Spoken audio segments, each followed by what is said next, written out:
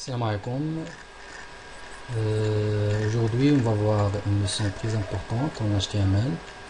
Donc, on va continuer avec la leçon numéro 4. Aujourd'hui, on va voir les formulaires. Alors, les formulaires, elles sont très importants dans les pages web. On les utilise beaucoup. Par exemple, on les utilise lorsqu'on veut s'authentifier sur un site, lorsqu'on veut envoyer des messages, lorsqu'on veut ajouter des commentaires, lorsqu'on veut s'inscrire, etc. Alors, leur utilisation est nombreuse. Alors, pour commencer, alors toujours on commence avec la structure générale du HTML. Donc, commençons.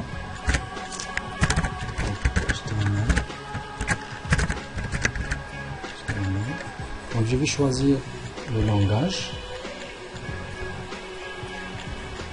pour que le texte soit coloré. Alors, HTML. Voilà, ici. Voilà. Donc, le head et le back.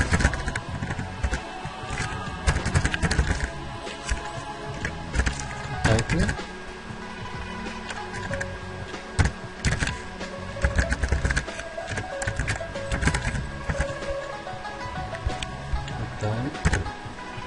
Voilà, je vais mettre par exemple le 100, pardon, 100, numéro 4, le formulaire.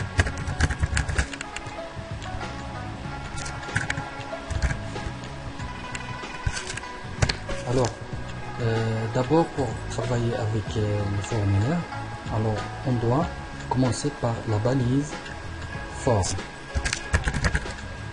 La balise forme. Voilà. Et dans cette balise, on utilise les éléments qu'on aura besoin. Par exemple, pour si on aura besoin d'une zone de texte, on utilise une petite texte. Etc. Donc il y a plusieurs éléments. Il y a les zones de texte simples, les zones de texte multilignes, il y a les cases à cocher, il y a les boutons radiaux, il y a les listes déroulantes, il y a les champs cachés, etc.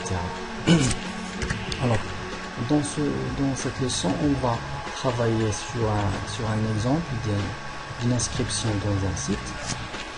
Alors, je vais mettre par exemple non.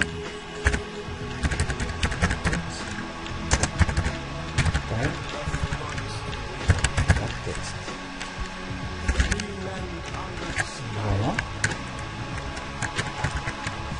Donc, la balise input avec l'attribut type, on met la valeur texte.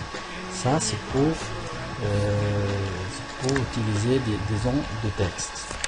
Alors, je vais enregistrer sur le bureau par exemple 104.html. Je vais lancer l'exécution. Donc avec le bouton au navigateur.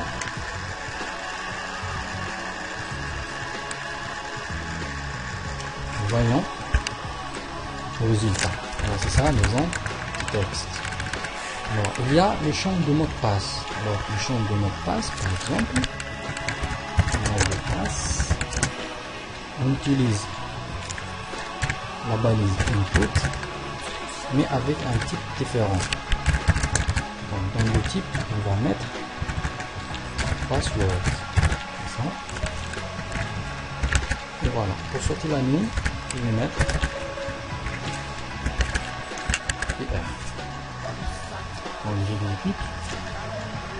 Voilà. On passe. Maintenant, je vais par exemple choisir la ville. La ville, donc on a 4 villes par exemple. Donc pour ce faire, on utilise un élément qui s'appelle select. Select, ça veut dire une liste d'irrelevants. Select. Voilà. Donc il il y a dans cette balise select, il y a des sous-balises qui sont options. Les options sont les éléments de cette liste. Par exemple, pour l'univers 1, je vais mettre seulement 3000. Par exemple, 1, 1000 et résultat. Voyons le résultat d'exécution. Voilà, donc vous voyez, voilà, c'est ça la liste de relances. Donc je dois mettre une BR ici pour sortir la ligne. Donc avant le vide, je vais mettre la balise BR pour sortir la ligne. On va voir un autre élément, c'est l'élément radio, toujours avec input, mais le type radio. Donc, je vais mettre 2, parce que vous êtes homme ou femme. Donc, la première c'est pour les hommes, la deuxième pour les femmes. Pardon.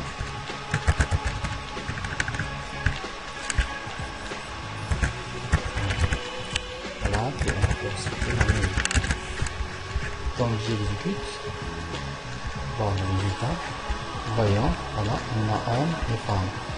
Mais normalement, un seul radio qui doit être coché.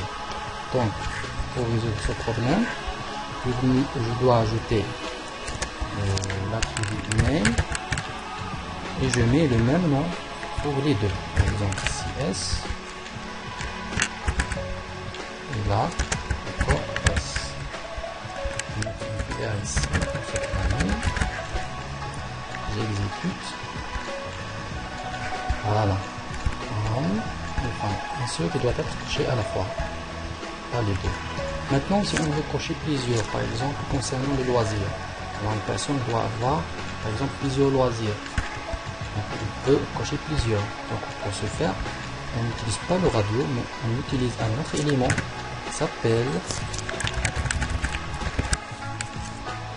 la case à cocher ou bien le checkbox. Pour le loisir,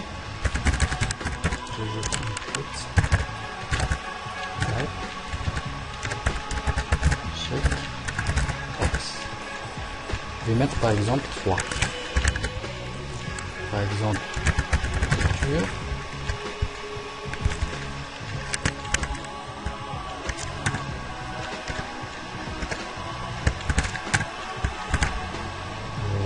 Voyage. Et natation par exemple. Voilà. On exécute, je vois le résultat. Vous voyez que cocher par exemple lecture, bien voyage, ou bien natation, bien hockey, ou bien tout. Donc j'ai le droit de cocher ce que je veux. Bien. Maintenant avec adresse, donc on sait d'avance que l'adresse peut avoir plusieurs lignes. Pour ce faire, on ne va pas utiliser seulement une zone de texte simple, mais on va utiliser une zone de texte multiligne, ou bien en anglais, ou bien ce qu'on appelle texte L.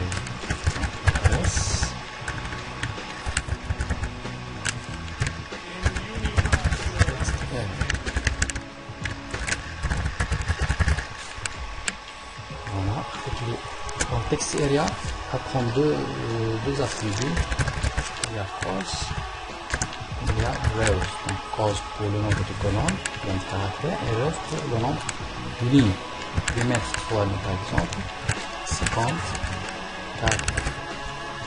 Voilà. Et ici pour cette ligne. J'exécute. Voilà la balise. Voilà. Avec 3 lignes. Bien. Maintenant, il nous reste les boutons. Alors les boutons en HTML, il y en a 3. Il y a des boutons, il y a des boutons simples, il y a des boutons pour envoyer des messages, ce qu'on appelle des submit, et il y a des boutons pour effacer et initialiser les valeurs de formule. Alors on va le voir de 3. Opprimer le bouton simple dans l'équipe. On va mettre le bouton simple. Value. Ok. Value, c'est la valeur qui sera affichée par la suite. On va ajouter le deuxième et le troisième. Le troisième, on voit le message. Ici, on voit et le Z pour plus facile. Voilà. J'exécute. Vous voyez, on a 3 boutons, ok simple. Ça peut effacer, par exemple, si je saisis quelque chose ici, tous les données seront effacées. Envoyer, ça peut envoyer les données existantes, ce formulaire, vers une autre page. On va voir ça en détail lorsqu'on va aborder les cours de PHP et site web dynamique. Donc, j'espère que vous avez bien compris cette leçon, elle est facile et simple. Si vous avez des questions, des suggestions, des remarques, alors n'hésitez pas de nous contacter sur notre Gmail, yazidi.imran@gmail.com. Merci et à la prochaine.